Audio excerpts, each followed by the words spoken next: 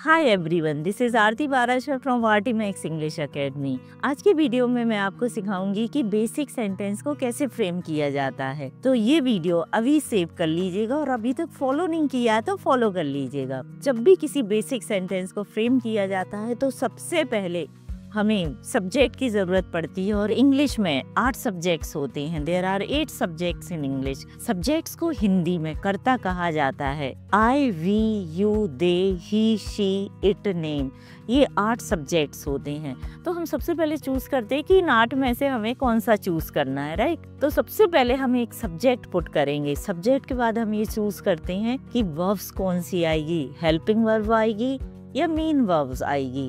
तो आपको description box में मेन वर्ब्स की लिस्ट मिल जाएगी। वर्ब्स की 3 फॉर्म्स होती हैं, वर्ब 1, वर्ब 2, वर्ब 3। तो सब्जेक्ट के बाद आप वर्ब का रूप डिसाइड करेंगे, राइट। इसके बाद हम डिसाइड करते हैं कि प्रीपोजिशन कौन सी आएगी। इसके बाद वर्ब्स के बाद जो सबसे इम्पोर्टेंट रोल होता है वो प्रीपोजिशंस का होता है कि आप प्रीपोजिशंस कौन सी यूज़ करेंगे, राइट। तो मैं आज के वीडियो में आपको सबसे इम्पोर्टेंट प्रीपोजिशन सिखाने जा रही हूँ, टू का बहुत अच्छा यूज़ होता है। टू एक बहुत ही कमाल की प्रीपोजिशन है। अगर हमें टू का उपयोग नहीं पता तो हम एक बेसिक सेंटेंस फ्रेम नहीं कर सकते। मैं मार्केट जाता हूँ, जो भी बचता है उसे आप पीछे से ऐड कर सकते हैं। मैं मार्केट जाता हूँ, आई गो टू मार्केट। आई यहाँ सब्जेक्ट है, गो यहाँ वर्ब है और टू प्रीपोजिशन है और मार्केट ऑब्जेक्ट है। चाहे आपकी मंजिल छोटी हो या बड़ी हो, किसी भी जगह जाने के लिए आप टू का प्रयोग करते हैं। मैं मार्केट जाता हूँ, आई गो टू मार्केट। आई यहाँ सब्जेक्ट है, गो वर्ब है और मार्केट यहाँ ऑब्जेक्ट है। चलिए कुछ सेंटेंसेस और प्रैक्टिस करते हैं। मैं जिम जाता हूँ, आई गो टू जिम। मैं मंदिर जाता हूँ, आई गो टू टेम्पल। वह ऑफिस जाती है, शी गोज टू ऑफिस। वह ऑफिस जाता है, ही गोज टू ऑफिस। वे लोग शिमला जाते हैं, दे गो टू शिमला। मैं अपने होम टाउन जाती हूँ, I go to my home town. Mohan school जाता है, Mohan goes to school. Rohit hospital जाता है, रोहित गोज टू हॉस्पिटल। मैं मॉल जाती हूँ, आई गो टू मॉल। तो यहाँ मंजिल से पहले आपने टू का प्रयोग किया। इस तरह आपने टू का पहला यूज सीखा। टू के आज के वीडियो में मैं आपको टू के 2 यूजेस बताने जा रही हूँ। पहला, मंजिल से पहले, चाहे ये छोटी हो या बड़ी हो। टू का दूसरा यूज जो हिंदी का ना होता है, इंग्लिश का टू होता है।